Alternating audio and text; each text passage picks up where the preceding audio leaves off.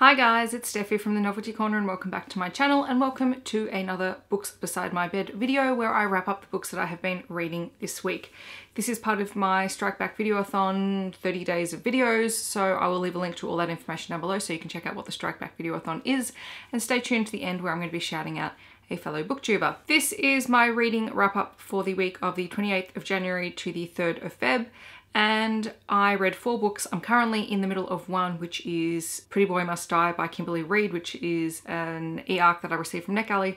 So next week I will fill you in on that because I'm only a chapter or 2 into that story. So far it's all good. With the 4 books that I did read, I read a total of 1,394 pages and my yearly reading total is up to 25 books. Here are my thoughts on the books that I read this week. The first book that I read this week is White Gum Creek by Nicole Hurley-Moore. This was sent to me for review by Alan and Unwin, so thank you very much to them. It is a 2018 release and it is a country romance book. And it was actually quite delightful. I gave it 4.5 out of 5 stars. Over the last year or so, I have really started to enjoy reading some of the sort of contemporary country romance books that Alan and Unwin have put out, and this is the 3rd Nicole Hurley-Moore book that I have read. This story follows Nick Langtree, who is a recent widower. His wife was killed in a fire on his farm, and he's sort of become a bit of a recluse and tries to avoid going into town, but is slowly finding a way back into the community, even though he has generally pushed away anyone who's tried to help him. By contrast, Natasha runs the local bakery, and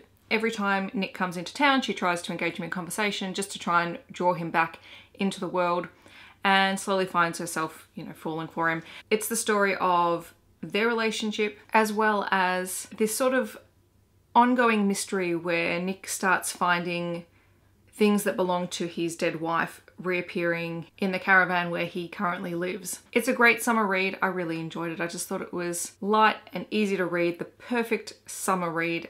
What I really liked about this, I didn't realize that it's set in the same town as one of Nicole Hurley-Moore's other books, because one of Nick's friends is the main character in the previous book, so that was really cool when I realized that. I was a bit slow on the uptake. It did take me a minute to get it.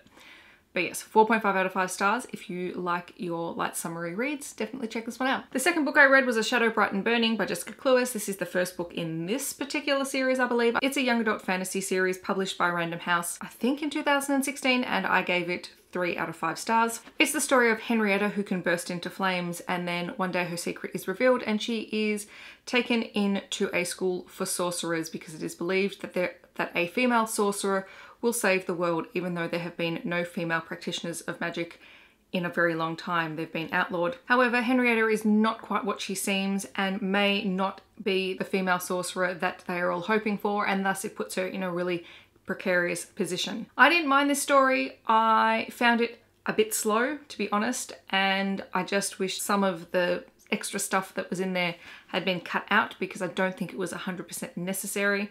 But it wasn't a bad story. It's a decent young adult fantasy read. I probably won't be picking up the rest in the series because it just didn't grab me as much, but it's not a bad book. It just wasn't for me. The third book that I read this week was Batman Nightwalker by Marie Lu. This is the second in the DC Icon series. This is the hardcover edition that I bought because it's Batman and I love Batman. Be aware of that as I go into my review. It was released by Random House this year and I gave it 3.5 out of 5 stars. I found it better than Wonder Woman Warbringer, which I really didn't particularly like. I didn't like that origin story. This origin story is not bad. So it is Bruce Wayne when he is a teenager, how he sort of finds his way into the world of vigilantism. It's not my Batman origin story, and I think that's what my problem is going to be with this particular series of books.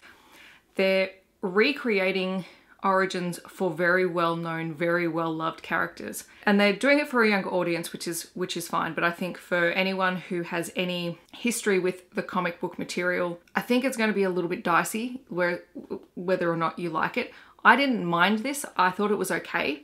I read it in one sitting and that was all good. But I just find that this clashes too much with what I bring to Batman stories, because I really love the character.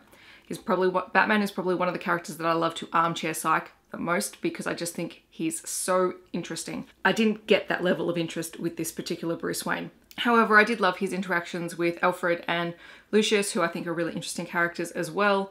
It was definitely better than Wonder Woman Warbringer. I'll leave it at that. The last book that I read this week was You by Carolyn Kepnes. This was published in 2015 by Simon & Schuster. It is a thriller told in second person, and it's actually the favourite book of a good friend of mine, and she wanted me to read it. And I didn't mind it. It wasn't too bad. I gave it 3 out of 5 stars. Joe works in a bookstore, and one day Guinevere Beck walks in and he is instantly obsessed with her to the point where he begins stalking her almost immediately, convinced that she is the one for him, and things obviously spiral downhill from there.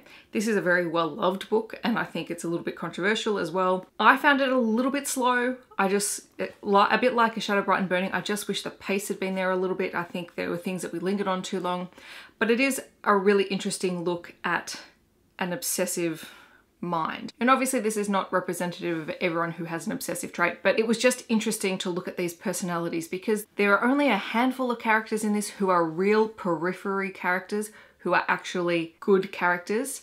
Everyone else has this really sort of twisted nature, and that's really fascinating to read about. So it's worth it if you like your thrillers and if you like something told in second person. So those are the books that I read this week. Today I want to shout out Danni from Danni Buxton. She is an absolute sweetheart and I absolutely love her channel. She is so lovely to talk to online and she puts out really great videos, and I love watching her reading vlogs.